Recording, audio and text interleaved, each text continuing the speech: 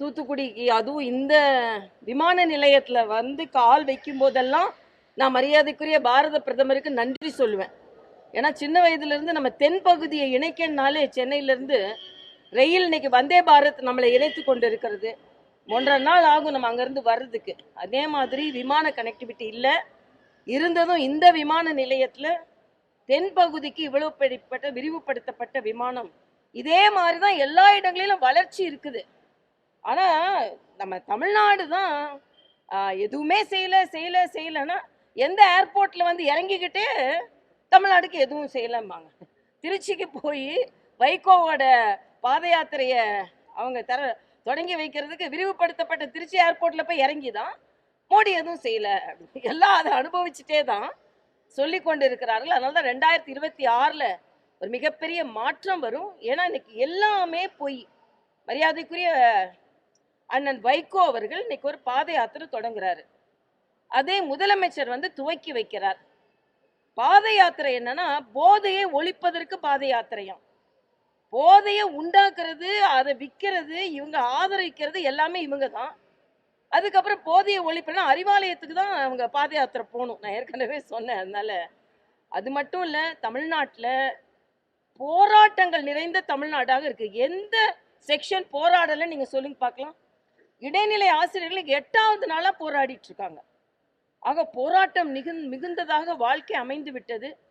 இந்த பகுதியில் நீங்க பாத்தீங்கன்னா தென் பகுதியில கூட இன்னைக்கு இங்க இண்டஸ்ட்ரி ஓபன் பண்ண முடியுதுன்னா நம்ம வஉசி துறைமுகம் விரிவாக்கப்பட்டு இருக்கிறது, நம்ம ஏர்போர்ட் விரிவாக்கப்பட்டு இருக்கிறது.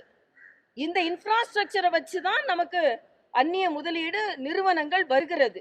ஆக எல்லாத்துக்கும் அடிப்படை மோடி அவர்கள் தான்.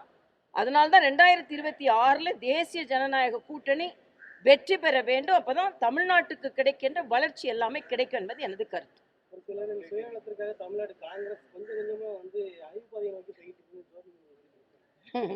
இப்ப ஒப்புதல் வாக்குமூலம் கொடுக்க ஆரம்பித்திருக்கிறார்கள். அது மட்டும் இல்ல, இன்னைக்கு வைகோவோட பாத யாத்திரையை அவங்க புறக்கணிச்சிருக்காங்க. புறக்கணிச்சதுக்கு 2 காரணம் இருக்கலாம். ஒண்ணு வந்து அவங்க வந்து இப்போ உள்ளுக்குள்ள விரிவு ஏற்படுத்திருக்கலாம். ஆனா போதைக்கு ஆதரவா தானே நம்ம இருக்கோம், போதைக்கு எதிராக அவரை நடத்துறாருன்னு இருக்கலாம். ஆனா நாங்க மறுபடியும் இதைத்தான் சொல்லி கொண்டிருக்கிறோம். இண்டி கூட்டணிக்குள்ளே, திமுக கூட்டணிக்குள்ளே குழப்பம் ஆரம்பமாகி விட்டது. ஏனென்றால் அவங்க கட்சியை சார்ந்த பிரவீன் சக்கரவர்த்தி சொல்றாரு இன்னைக்கு கடன் அதிகமாகி விட்டதுன்னு. எல்லாத்துக்கும் மேல எனக்கு மிக மிக ஆச்சரியமானது சிதம்பரம் அவர்களின் கருத்து தான். ஒரு மாநிலத்தை கடனை வச்சு மதிப்பிடக்கூடாதான். யாரு? நிதி அமைச்சர். அதெல்லாம் பிரச்சனையே கிடையாது. ஆனா வளர்ச்சி சதவீதத்தையும் மாநிலத்தோட கடன் சதவீதத்தையும் நீங்க எடுத்து பார்த்தீங்கன்னா இந்தியாவில் 39 லட்சம் 38 லட்சம், தமிழ்நாட்டோட வளர்ச்சி கடன் விகிதம் 9.5 லட்சம், 25% தாண்டி எங்கோ போய்கொண்டிருக்கிறது. ஆனா எந்த அளவிற்கு அறிவாலய அடிமைகளாகி விட்டார்கள் என்றால், கடன் இவ்வளவு கடன் இருக்கு. ஒருவர் தலையில 1.25 லட்சம் கடன். இன்னைக்கு உங்களுக்கு 1000 ரூபாய் கொடுத்துட்டு காலையில ஒரு 1000 ரூபாய், சாயந்தரம் ஒரு 1000 ரூபாய், படிக்கிற பையனுக்கு ஒரு 1000 ரூபாய், அம்மாவுக்கு ஒரு 1000 ரூபாய், அம்மா கொடுக்குற 1000 ரூபாய் சாயந்தரம் டாஸ்மாக்கு போகுது. அது வேற விஷயம். ஆனா ஒரு நிதியமைச்சர் சொல்கிறார் ஒரு மாநிலத்துல கடன் வந்து பிரச்சனையே கிடையாதான்.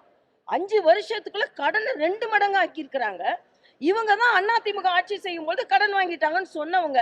அப்போ எந்த அளவிற்கு அறிவாலய அடிமைகளாகி விட்டார்கள் என்றால், திமுக என்ன தப்பு செஞ்சாலும், இன்னைக்கு ஜெயக்குமாருங்க நம்ம பக்கத்து மாவட்டத்தோட காங்கிரஸ் கமிட்டியின் தலைவர், கொலையுண்டு 3 வருஷம் ஆகுது.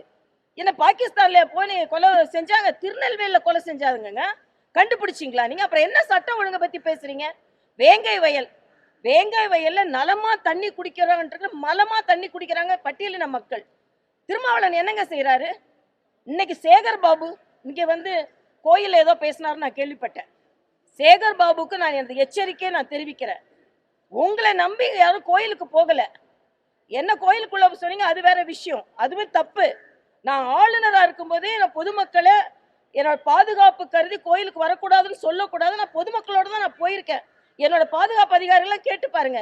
இன்னைக்கு நம்ம தென்பகுதியில வந்து மோசமான வார்த்தைகளை பக்தர்களை பற்றி பேசியிருக்காரு. சேகர் பாபுக்கு சொந்தம் கிடையாது கோயில்லாம். உங்களுக்கு ஒன்றும் கோயில் எழுதி கொடுக்கல.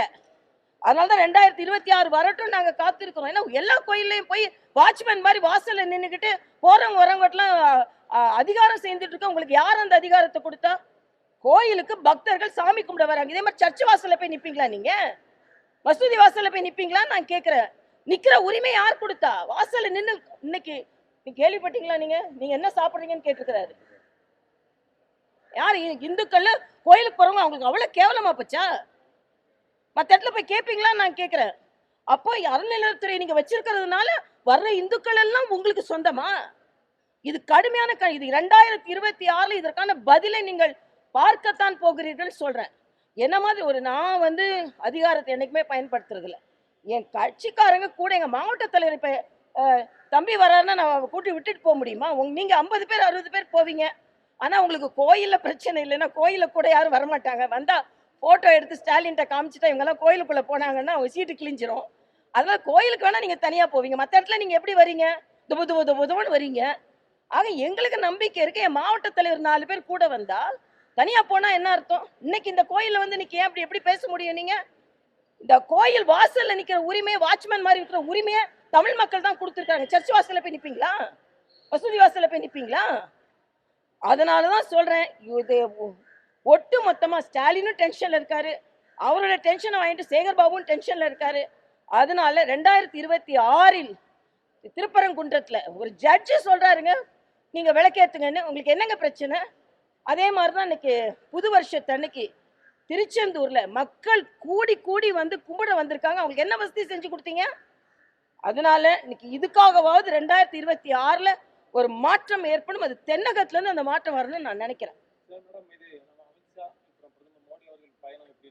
அமித்ஷா அவர்கள் 4ஆம் தேதி வராங்க, 5ஆம் தேதி அங்க இருக்காங்க. பொங்கல் விழால கலந்து கொள்கிறார்கள். இது மாநில தலைவர் நயினார் நாகேந்திரன் அவர்களின் நிறைவு விழா. அதுல இருந்தே எங்களோட ஒரு சக்தியை நீங்களாம் பார்க்க போறீங்க. அசுர சக்தியோட தேசிய ஜனநாயக கூட்டணி வெற்றி பெற போகிறது. அதனால தான் நேத்தே சொன்னேன், சும்மா அடிமை கூட்டணின்னு உதயநிதி சொல்லாதுங்க, உங்களை அடித்து நொறுக்கக்கூடிய கூட்டணி நான் சொல்லியிருக்கேன். தேங்க்யூ.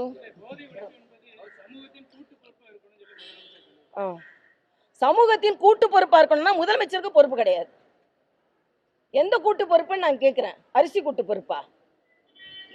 அவங்க கட்சியில தான் ஒருத்தர் இருந்தாரு, ட்ரக் மாஃபியாவே இருந்தாரு. அவர் மத்திய அரசும் இதில் துணை புரிய வேண்டுமா? மத்திய அரசு தான் 2020 உலகமே வியக்கும் அளவிற்கு ஒரு ட்ரக் கண்ட்ரோல் சட்டத்தை கொண்டு வந்தாங்க. இன்னைக்கு அவங்க பாகிஸ்தான்ல இருந்து மற்ற நாடுகளிலிருந்து வர ட்ரக்கே கண்ட்ரோல் பண்ணிடுறாங்க. நீங்க தமிழ்நாட்டுக்குள்ள ஒரு தெருக்குள்ள இருந்து இன்னொரு தெருக்குள்ள போற ட்ரக்கை உங்களால கண்ட்ரோல் பண்ண முடியல. பொய் சொல்லி கொண்டு அப்பாவு சொல்றாரு போதையே இல்லையா. நீங்க ஒரு அப்பாவு வீட்டுக்கிட்ட போய் பாருங்க, போதை இருக்கா இல்லையான்னு பார்ப்போம் நம்ம. அதனால சும்மா பொய் சொல்லி கொண்டு திரிகிறார்கள். கூட்டு முயற்சி இருக்கணும். ஆனா நான் கேட்கிறேன் முதலமைச்சர்கிட்ட, போதையின் பாதையில் செல்லாதீர்கள் அப்படின்னு சொல்லிட்டு வீடியோ போட்டீங்க. டாஸ்மாக கண்ட்ரோல் பண்றதுக்கோ குறைப்பதற்கோ என்ன நடவடிக்கை எடுத்தீங்க?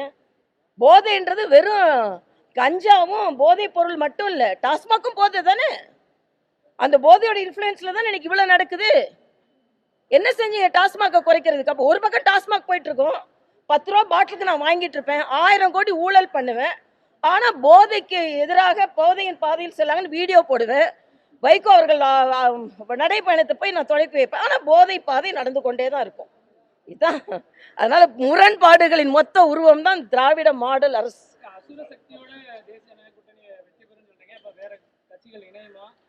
நாங்களே இப்போ அசுர சக்தி தான்.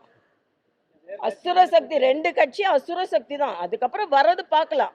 வேற கட்சிகள் வந்தா அது மற்றவங்கள அசரா சக்தியா போயிடும். அதனால தமிழகத்துல இன்றைக்கு விஜய் பெரிய அளவுல எதிர்பார்க்கக்கூடிய ஒரு தலைவரா இருக்காரு.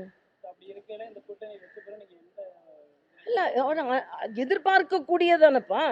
நாங்க எதிர்த்து பல மாநிலங்கள்ல போட்டி 21 மாநிலங்கள்ல வெற்றி பெற்று ஆட்சி செய்து கொண்டிருக்கின்ற கூட்டணி தம்பி. அது எதிர்பார்க்கிற ஒரு பர்சன்டேஜை வச்சுக்கிட்டு அனுமானங்களின் அடிப்படையில் நீங்கள் சொல்கிறீர்கள் ஒரு தம்பி பலமா இருக்காருன்னு. நாங்க அனுபவங்களின் அடிப்படையில், நாங்கள் ஆட்சியின் அடிப்படையில் நாங்க பலமா இருக்கோம்னு சொல்றோம். சதவீதத்தின் அடிப்படையில் நாங்கள் பலமாக இருக்கோம்னு சொல்கிறோம். நாங்கள் தனியாகவே 11%, கூட்டணியில் 18%, அதிமுக ஏற்கனவே எல்லாம் சேர்த்து 35%, திமுகவுக்கு எங்களுக்கும் 1-2% தான் டிஃபரன்ஸு.